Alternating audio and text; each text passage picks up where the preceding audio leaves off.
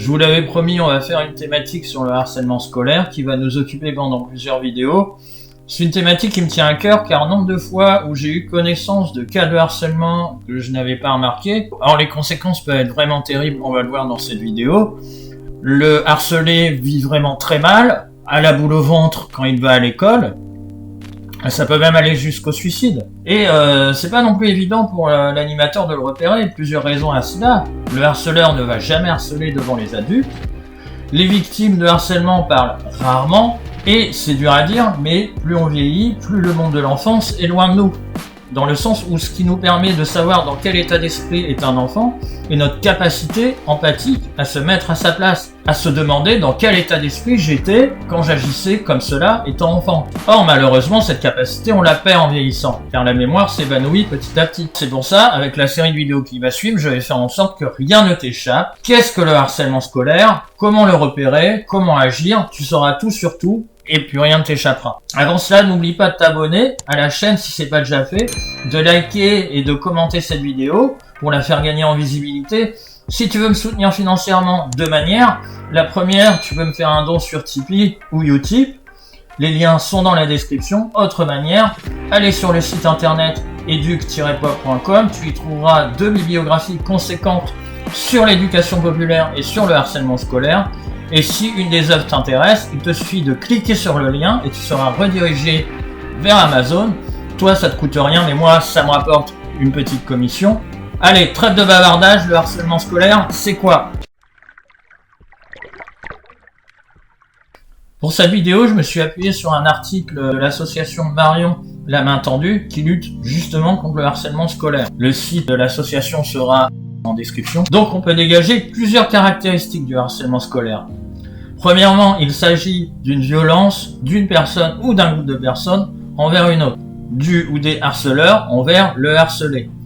Cette violence peut être verbale, insulte ou moquerie, non verbale, grimace ou geste obscène, psychologique avec la propagation de rumeurs ou un processus volontaire d'isolement, et physique avec coups, bagarres, jeux dangereux. Ce harcèlement, et là c'est très important, revêt un caractère répétitif et systématique sur une longue période. Moi d'ailleurs, aux enfants qui se plaignent d'être harcelés, je leur donne ce critère. Quand tu croises ton harceleur, ou ton supposé harceleur, tu es capable d'anticiper s'il va t'embêter.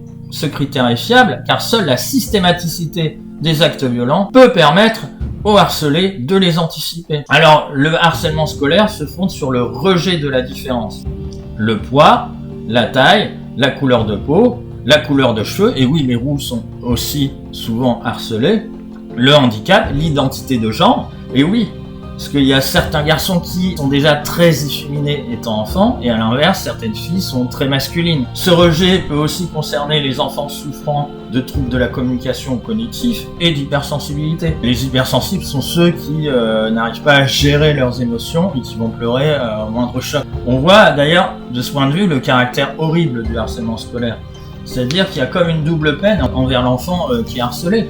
C'est-à-dire que déjà, en fait, le harceleur va se moquer d'une chose qui fait déjà souffrir l'enfant à la base, comme le handicap, le surpoids, ou les troubles cognitifs. Ça, c'est déjà horrible en soi. Mais la chose la plus importante dans le harcèlement scolaire est que le harceleur a besoin d'un groupe témoin ou spectateur pour son harcèlement, ce qui différencie le harcèlement scolaire du simple harcèlement.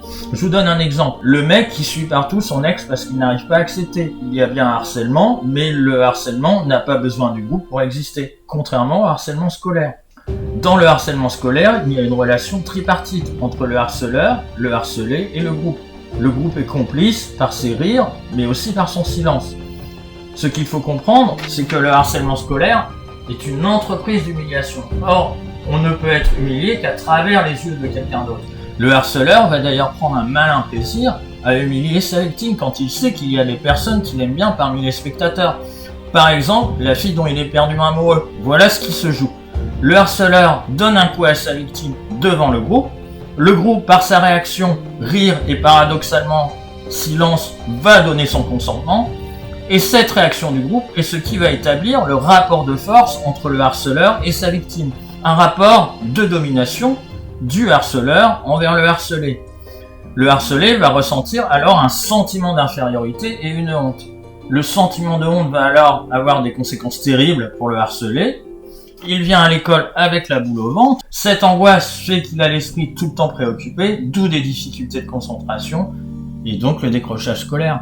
Je vous donne l'exemple quand, je sais pas, avant un examen ou quand vous avez quelque chose qui vous angoisse, que vous attendez, que vous savez qu'il doit arriver mais qui n'arrive pas, vous n'arrivez pas à avancer à autre chose. Bah là, c'est un petit peu le cas. C'est-à-dire qu'il a tout le temps l'esprit préoccupé, qu'il n'arrive pas à se concentrer sur ce qui est en cours. D'où les difficultés scolaires. Mais voilà, on a déjà un constat terrible, on a déjà un constat qui est assez glaçant, mais c'est pas fini. Il y a quelques années, l'enfant avait encore la chance, entre guillemets, d'avoir cette soupape de sécurité quand il n'était pas à l'école. Maintenant, c'était même plus possible avec Internet. L'enfant est poursuivi jusque chez lui par ses harceleurs, ce qu'on appelle le cyberharcèlement. Ça peut être des insultes via les réseaux sociaux, des trolls sur son compte Insta, ou encore une vidéo le mettant peu en valeur, prise à son insu et diffusée sur Snap. Donc avec Internet, la victime peut être poursuivie partout et à tout moment par son bourreau. Il n'y a donc plus d'échappatoire pour elle. Et avec les conséquences malheureuses qui se sont produites de nombreuses fois. Suicide de la victime. Donc voilà, sur ces paroles tristes et peu joyeuses, la vidéo est terminée. Si elle t'a plu, n'oublie pas de mettre un pouce en l'air. Si elle te semble utile, n'hésite pas à la partager autour de toi. Si jamais il y a des points que tu voudrais compléter ou des éléments avec lesquels tu n'es pas d'accord, l'espace commentaire est fait pour ça. Je réponds à chaque fois. À bientôt pour une autre vidéo sur le harcèlement scolaire. Salut!